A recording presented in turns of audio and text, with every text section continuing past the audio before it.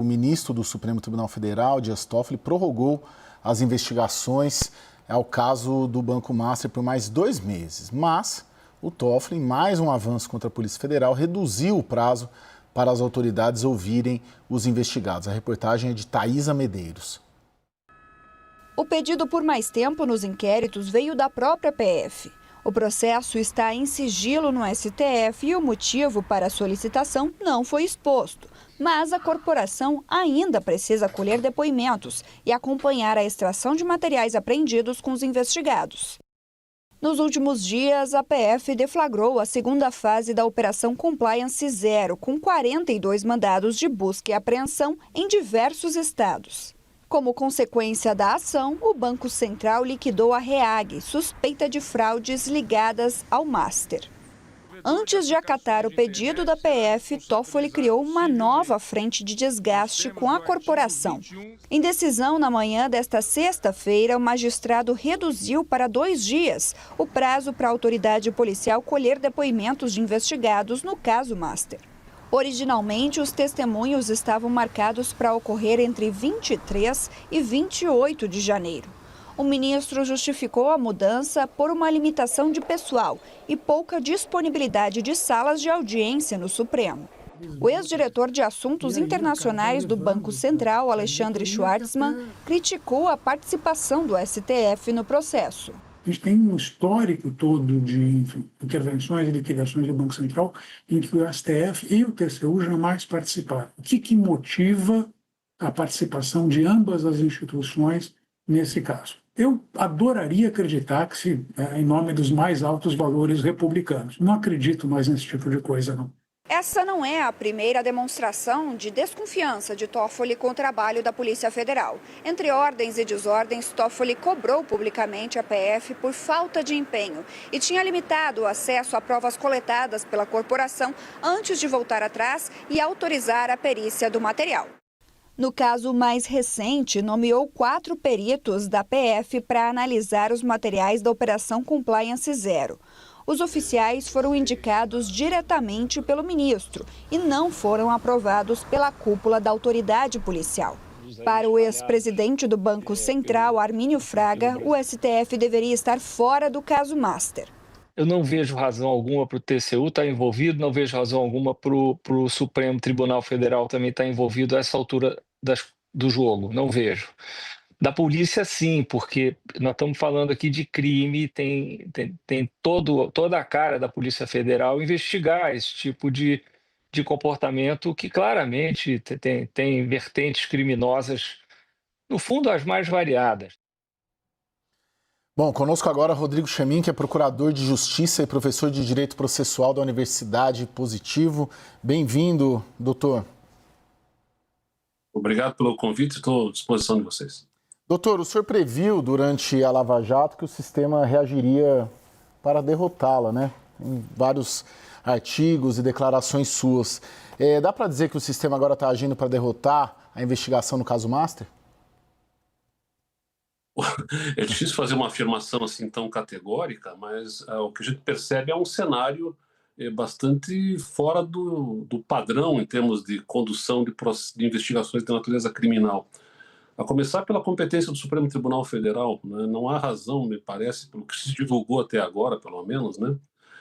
Para que esse caso esteja no Supremo Tribunal Federal. O fato de ter lá um contrato de financiamento de um imóvel com um deputado federal me parece muito pouco para atrair a competência do Supremo. Também sabemos pouco porque foi imposto um sigilo absoluto sobre a investigação, coisa que fica também um tanto quanto fora daquilo que a própria Constituição brasileira estabelece em termos de publicidade como regra, né? O sigilo é exceção, caso que interessa à nação, interessa ao sistema financeiro brasileiro, enfim, não me parece adequado que isso esteja sob um sigilo tão rigoroso.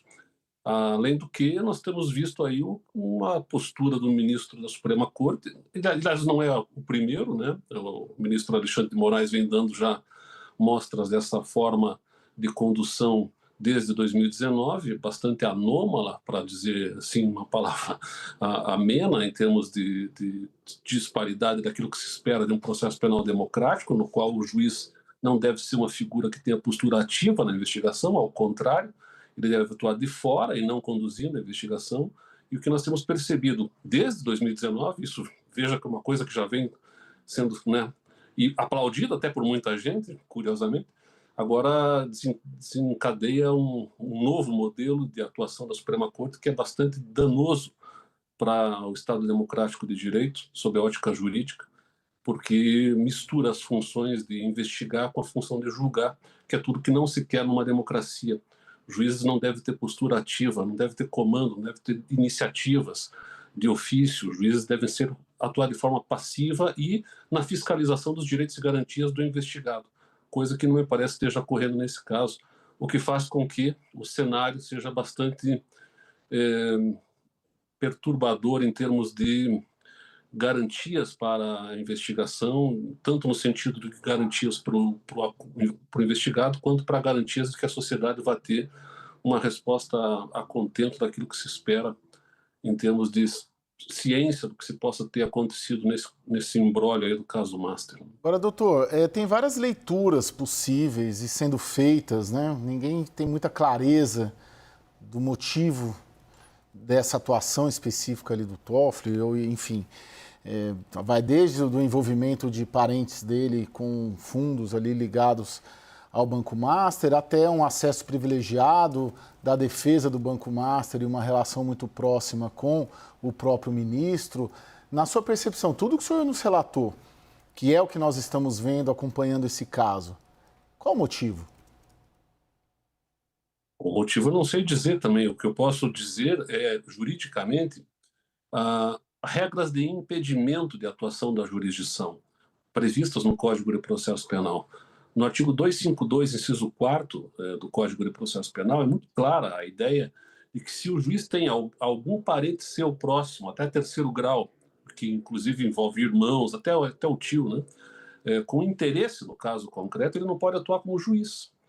O que a gente está vendo é que o ministro Toffoli, com todo o respeito à figura do Supremo Tribunal Federal como instituição, mas o ministro Toffoli está desconsiderando toda a boa doutrina, tudo aquilo que se construiu desde 1988 com a nova Constituição, em termos daquilo que se espera da postura de um julgador, de um juiz, que não é uma postura ativa, que não é uma postura que misture interesses familiares com a investigação, por mais que não tenha, vamos imaginar que no final das contas não se tenha nenhuma relação de fato do irmão do Toffoli, dos irmãos dele, com o fato de que foi feita uma compra. Mesmo assim, é preciso que se tenha uma clareza de atuação de imparcialidade. O Brasil exige que se tenha uma postura do judiciário que não apenas observe regras do Código em termos de imparcialidade, mas transpareça a imparcialidade. E tudo que nós estamos percebendo é exatamente o oposto disso. E isso é muito ruim para a história brasileira, para a história do Supremo Tribunal Federal como instituição, que deveria estar se autocontendo, né? E nós percebemos que os demais ministros, inclusive, da Suprema Corte não reagem a isso tudo, não se posicionam em relação a isso tudo, não tomam uma postura de contenção, de freio, de arrumação de caminho do que você possa estar conduzindo, e não é de hoje isso, insisto, é desde 2019, desde quando o próprio ministro Toffoli resolveu instaurar de ofício aquele inquérito de 2019 das fake news e designou ao arrepio do juiz natural, o ministro Alexandre de Moraes, para conduzir aquela investigação. O que nós temos visto é uma sucessão de atuações da Suprema Corte Brasileira na figura desses dois ministros, com todo o respeito que eles merecem, e não é um ataque de natureza pessoal, é uma constatação de natureza jurídica. Eu sou professor de processo penal, eu tenho dificuldade de explicar, inclusive aos alunos da graduação, o que está acontecendo, porque a gente entende que as coisas funcionam dentro de um determinado modelo de garantias, e depois a Suprema Corte faz exatamente o oposto. Então isso tudo deveria servir para que a Suprema Corte se fizesse uma arrumação de caminho. Está muito ruim esse cenário todo, né? Daniel? Não sei onde é que isso... Oi, desculpa, professor, eu pensei que o senhor tivesse encerrado, o Daniel queria te perguntar. Doutor Chamin, eu quero lhe fazer uma pergunta. A Transparência Internacional lembrou hoje 3 casos em que Toffoli não se declarou suspeito. Uma vez ele votou pela anulação da delação de Sérgio Cabral, que o citava expressamente.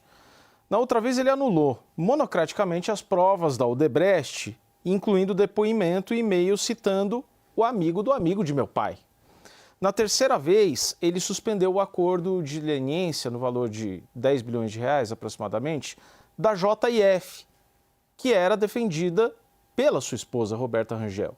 Apesar de, nessas 3 vezes anteriores, ele não ter se declarado suspeito, eu queria que o senhor dissesse claramente, desta vez, ele deveria se declarar suspeito? Tanto das outras 3 ocasiões, quanto desta. Né? Não suspeito, mas impedido, que é pior do que suspeito, porque a regra de impedimento é uma regra que faz com que o exercício do poder não possa ser exercitado. Tem uma nuance técnica aqui que diferencia impedimento de suspeição. Quando o juiz é impedido, é mais grave do que ser suspeito. Juridicamente, seria um não ato no plano da existência jurídica, aquilo que ele realiza. Veja, se um juiz de primeiro grau faz o que o ministro Toffoli fez nesses 3 casos, e também neste aqui, seguramente ele estaria sendo investigado pela corregedoria do seu tribunal e até mesmo pelo CNJ. Infelizmente, nós não temos uma corregedoria do Supremo Tribunal Federal. E, infelizmente, nós assistimos atônitos atos que fogem completamente da regra, da doutrina. Veja, não é uma questão de opinião, isso é uma questão jurídica, é uma questão de um mínimo de racionalidade que deveria existir na condução da investigação e do processo criminal brasileiro, e que nós estamos vendo, assim, rotineiramente, cotidianamente, sendo desmerecido em termos de observância daquilo que se espera no processo penal democrático. Então, eu diria que tanto nas 3 ocasiões quanto nesta, o ministro Toffoli deveria ter, para a preservação da sua própria imparcialidade, né, da sua própria integridade como julgador, né, deveria ter se afastado desses casos. Professor, Thaís Heredia aqui, a gente tem mais 2 minutinhos, mas eu não posso deixar de lhe perguntar. O ministro tem causado constrangimento dentro do próprio STF, mas assim, quem impõe a ele algum limite? Bom, deveria ser autocontenção, né? O que a gente espera de um bom julgador é que ele saiba os seus próprios limites. Se ele não está identificando esses próprios limites, os seus colegas deveriam chamar a atenção. Se os seus colegas não estão enxergando esses próprios limites, bom, aí numa democracia o único caminho que nós temos é o Senado da República.